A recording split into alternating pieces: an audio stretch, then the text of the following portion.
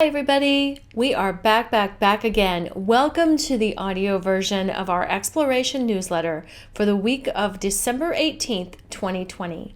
Thanks to Heidi So and Jules Ramos for their hard work on this week's newsletter. And now, the news. BMI allies with ICE on European digital licensing. U.S. Songwriters Collection Society, BMI, has announced a partnership with copyright hub ICE, which will see those elements of its repertoire not covered by direct licensing in the digital domain included in the ICE core license across Europe.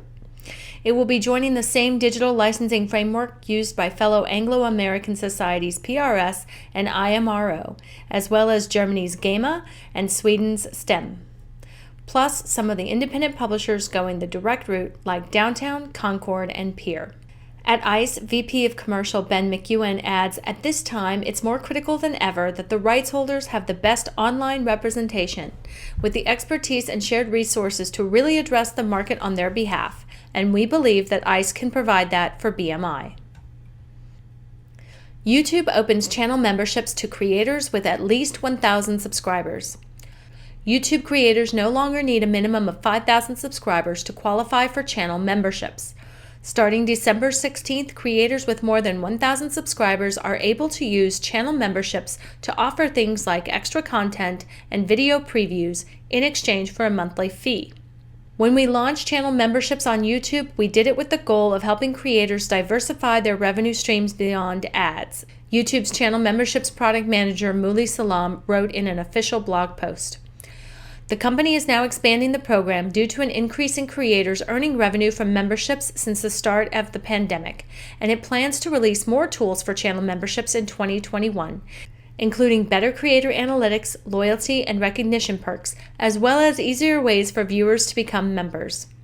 Channel memberships debuted in 2018 and were originally offered only to creators with more than 100,000 subscribers. The Mechanical Licensing Collective unveils new toolkit for college educators and future music professionals.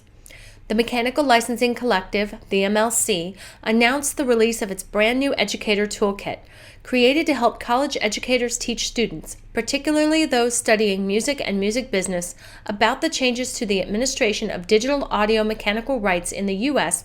that will begin taking effect in January 2021. This as a result of the Music Modernization Act. With the free resource, the MLC hopes to connect with future music business professionals and aspiring songwriters at the outset of their respective careers.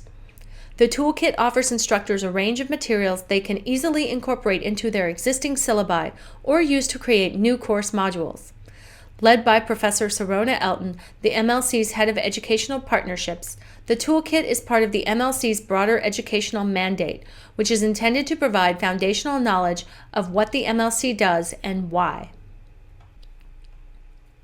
Streaming is stalling. Can music keep up in the attention economy? Music streaming services have continued to add U.S. subscribers this year, according to the Media Research, growing by 11 million paying users from January to September to reach a 117.9 million milestone. But in a potentially troubling sign for the recorded music business, the number of total streams has remained the same. For the past 4 months and counting, audio music streams have averaged 17.5 billion a week. That's up slightly from early March pre-pandemic peak before the lockdown cut music listening down by 13% to a year low of less than 15 billion streams, as consumers stopped commuting and obsessed over the news. Streams gradually rebounded, increasing 15% by the end of June, but has plateaued since.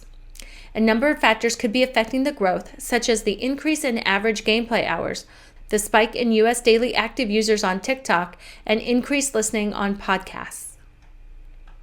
Concert industry lost $30 billion in 2020.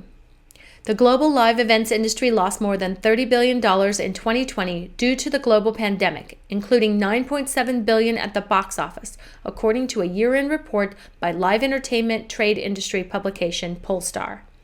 At the top of the year, the industry was projected to hit a record-setting $12.2 billion at the box office in 2020, but instead incurred $9.7 billion in box office losses after the industry effectively shut down completely in March. The projected $30 billion figure includes unreported events, ancillary revenues, including sponsorships, ticketing, concessions, merch, transportation, restaurants, hotel, and other economic activity tied to the live events. This number is also derived from the 10.92% year-over-year growth rate tabulated in Q1, the full last quarter before the pandemic. The $9.7 billion in Polestar box office losses represents an increase over the $8.9 billion projected in Q1 as losses grew substantially after the quarter's end. Mechanical Licensing Collective picks more tech partners. The U.S. Mechanical Licensing Collective has announced 4 more tech partners for its data quality initiative.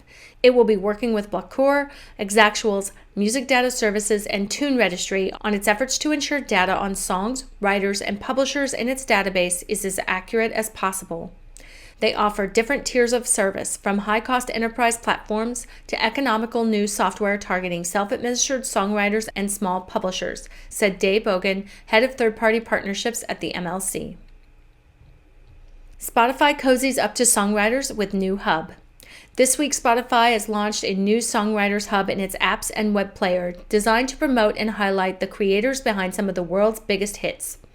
The new centralized hub features Spotify's Written By playlists, created to show off the work of some of the industry's most popular songwriters, along with other popular songwriting playlists, as well as podcasts focused on songwriting and sections for featured songwriters and featured releases from those writers. In February, the streaming service launched the Written By playlists and songwriter pages, which allows songwriters to share their music they've written on the platform and gives fans the ability to dive deeper into the creators behind their favorite songs. The new hub is available today on Spotify's apps and on its web player. And this week, from our Random Rambling section, the Foo Fighters have scored their 9th #1 on the mainstream rock songs chart with the song Shame, Shame. The first was Best of You back in 1995. Shame, Shame also gives the Foo Fighters a top 10 on the alternative airplay list. This ties them with the Red Hot Chili Peppers for the most alternative airplay top 10s at 25 each. You can find the link to this story and more of our Random Ramblings in the print version of our newsletter on our website by clicking the link in the description below. And now, my morsel for you this week. I want to give a huge shout out to the entire team who made the Music Industry Report 2020 possible, especially to Exploration's own Jacob Wunderlich and Alexander Bynum. We are incredibly proud of these 2 young men. We're also proud of the tremendous support from our partners in this endeavor, the Nashville Area Chamber of Commerce. To all the people who contributed to focus groups, interviews, and answering our surveys, we are so grateful for all of your support in the success of making the Music Industry Report 2020. You can still get your own copy of the Music Industry Report at the link in the description below. That's all for me this week. We will have a Christmas edition next week for you, and until then, be kind to each other.